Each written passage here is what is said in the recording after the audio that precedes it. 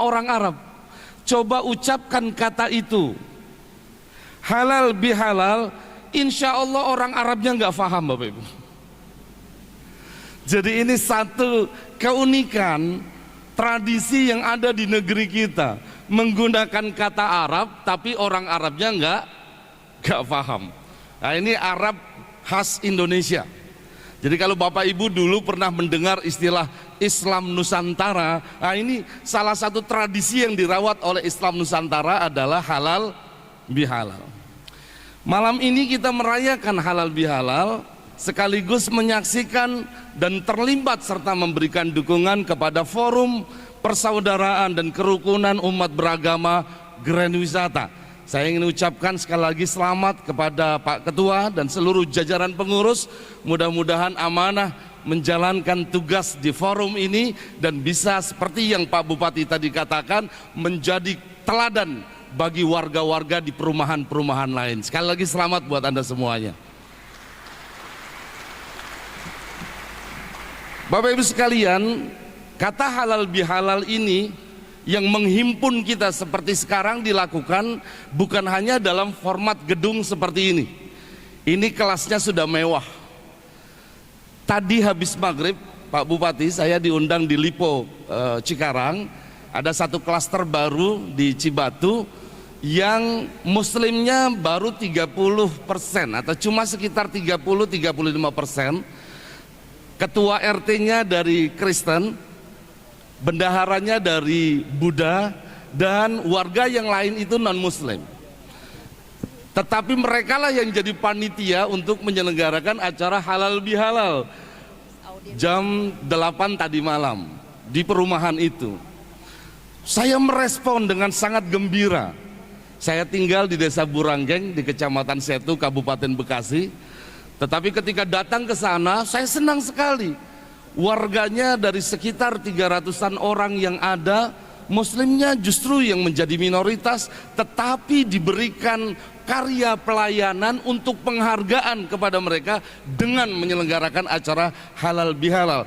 Jadi sebetulnya kerja-kerja nyata yang Pak Bupati tadi lakukan, ini terjadi di wilayah yang paling kecil, Pak. Mereka cuma gelar karpet sederhana saja. Di sini kita diselenggarakan kegiatan yang begitu mewah. Orang NU bikin acara begini belum sempat juga, Pak. Belum tentu bisa sewanya, kecuali kerjasamanya dengan Prinu Grand Wisata.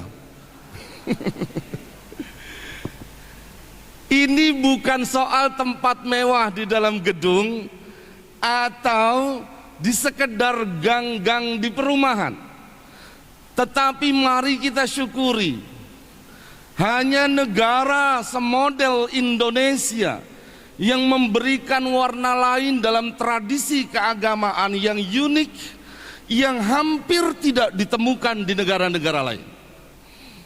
Jika Bapak Ibu berkeliling negara, baik di Amerika, Eropa, Inggris Raya, atau Timur Tengah seperti yang tadi Kiai Saleh Jailani ceritakan, nyaris tidak ditemukan acara semacam ini, Pak. Sulit mengumpulkan orang, basisnya masyarakat komunal, beragam, lalu bisa memberikan spirit pencerahan. Di luar sana mau ngumpulin orang itu repot. Anda bisa telusuri lewat Google lah, negara mana yang ormasnya paling banyak coba. Kayaknya cuma Indonesia itu. Bahkan yang ormasnya punya seragam loreng, mirip-mirip tentara, ya cuma Indonesia yang paling banyak. Baik yang warnanya hijau atau yang warnanya yang lain. Di NU juga ada ormasnya yang loreng, Pak, namanya Banser. Salah satu ketuanya yang barusan sambutan. Hari ini sedang melaksanakan harlahnya di Gedung Juang ya. Nah, untungnya Banser dari dulu itu sudah dibekali bukan dengan senjata, Pak, tapi dengan semangat untuk merawat, menjaga apa yang para kiai pesankan. Bela tanah airmu sebelum engkau membela agamamu. Coba Anda bisa bayangkan, Sudan itu nggak selesai-selesai konfliknya, Pak. Dulu konfliknya Sudan Utara yang 2/3-nya Muslim dan Sudan Selatan yang mayoritas Kristen. Berpuluh-puluh tahun pertikaian saudara sebangsa ini. lalu kemudian bisa damai.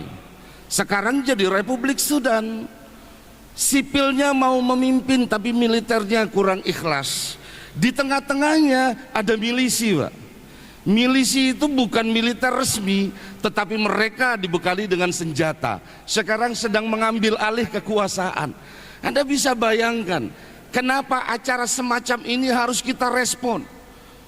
Bahkan saya sering bilang, termasuk tadi alhamdulillah Pak, acaranya tidak besar Pak, tapi kepala desanya hadir, kepala desa Cibatu.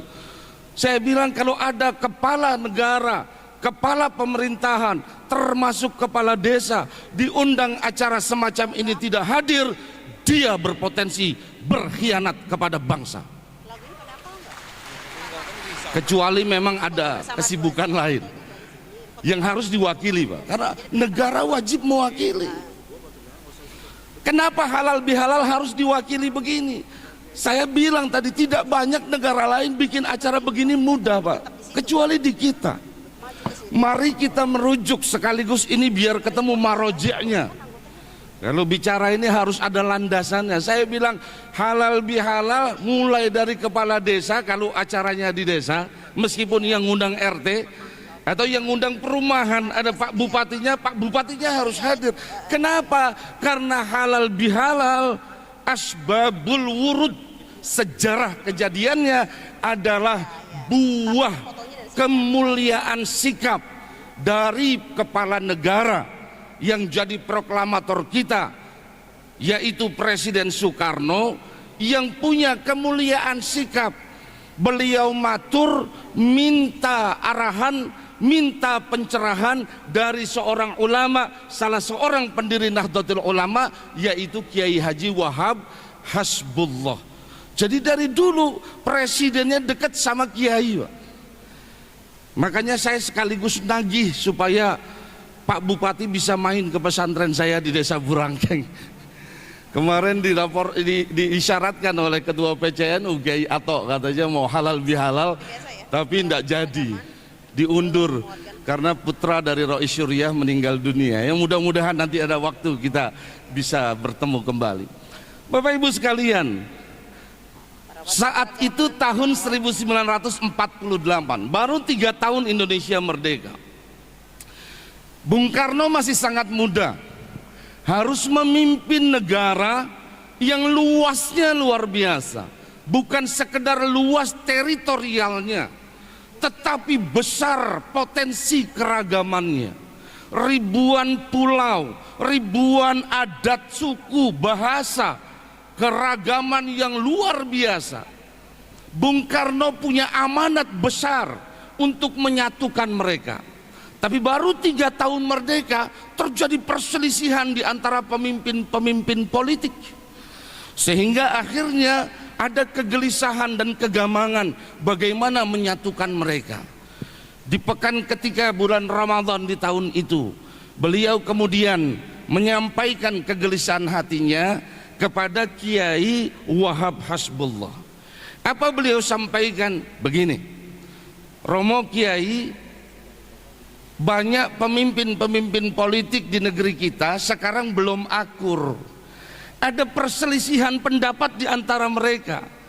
Bapak Ibu menetapkan Indonesia sebagai negara kesepakatan, Darul Muahadah, dari banyak agama, budaya, suku, adat, itu bukan pekerjaan ringan, berat sekali. Di antara pemimpin politik kelompok tertentu berselisih satu sama lain. Perselisihan itu bisa mengancam jadi pertikaian terus-menerus. Saya ingin mereka kumpul di satu tempat, di satu meja, lalu bisa berdamai untuk menerima kesepakatan negara persatuan Republik Indonesia. Lalu kemudian kata Kiai Wahab Hasbullah, ya sudah diundang saja, disatukan, kita bikin silaturahim atau silaturahmi di antara mereka. Pak Karno nggak mau, kenapa? Karena istilah silaturahmi itu terlalu mainstream, sudah banyak dipakai orang. Orang kalau lagi berselisih satu sama lain, terus diundang, ayo kita silaturahmi, pasti nggak mau. Kenapa? Ntar ketemu egonya duluan, siapa yang minta maaf lebih dulu gitu.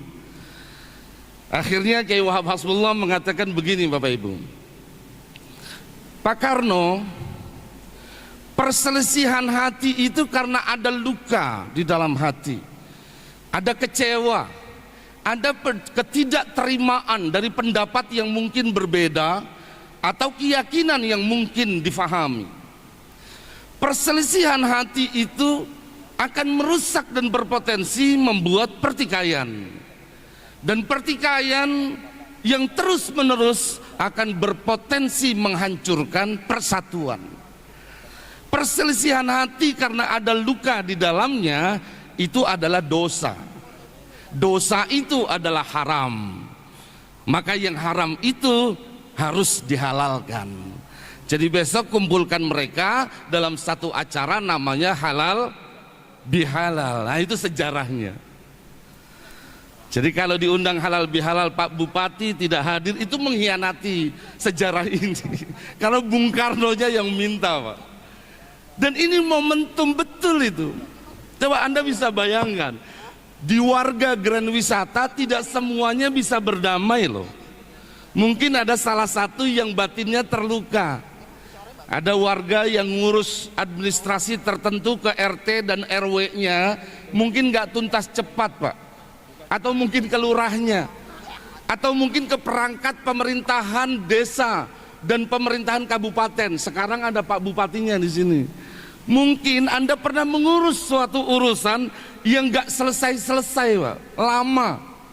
Kan gitu, ada Pameo yang menyebut kalau bisa lama kenapa dibikin cepat, kalau bisa susah kenapa dibikin mudah. Tapi mudah-mudahan itu tidak terjadi di Kabupaten Bekasi. Itu terjadi di yang lain, bukan di Indonesia. Tapi Pak, kalau ada luka disimpan, maka luka yang tersimpan bisa berpotensi terjadinya perselisihan. Lalu oleh pengurus forum persaudaraan dan kerukunan umat beragama, malam ini kita dihimpun, dipersatukan, bertemu, Pak. Dalam tradisi halal bihalal, biasanya di ujung acara ada musafahah, salam-salaman. Kata Rasulullah, kalau seorang muslim dengan saudaranya bersalaman, sepanjang salaman tidak dilepas, dosa-dosanya berguguran. Dan ini syarat penting kalau kita mau membangun. Anda tidak akan bisa membangun kalau masih ada kecewa di dalam hati, lalu menuding salah kepada saudaranya, lalu menganggap saudaranya itu bukan orang yang berada pada jalur kebenaran.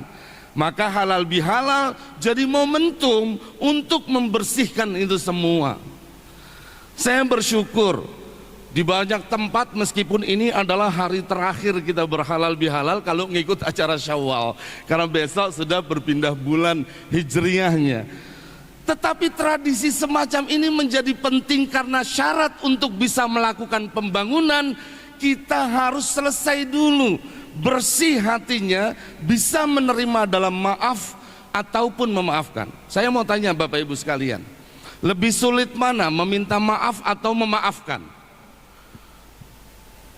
Memaafkan mungkin lebih sulit. Minta maaf gampang dilakukan. Karena itu acara semacam ini sebetulnya membangun kesadaran. Ada ulama yang menyebut kata halal bihalal itu bisa diartikan dengan kalimat halilni uhallilkum.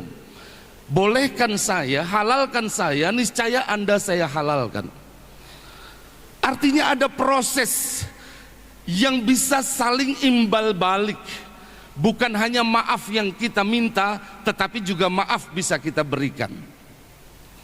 Ini PR besar kita semua. Saya bilang memaafkan itu betul lebih sulit. Tapi kalau mau lebih mudah syaratnya 3. Yang pertama acceptance. Ini sikap yang harus dimunculkan, sikap menerima. Yang kedua adalah open mind, berpikir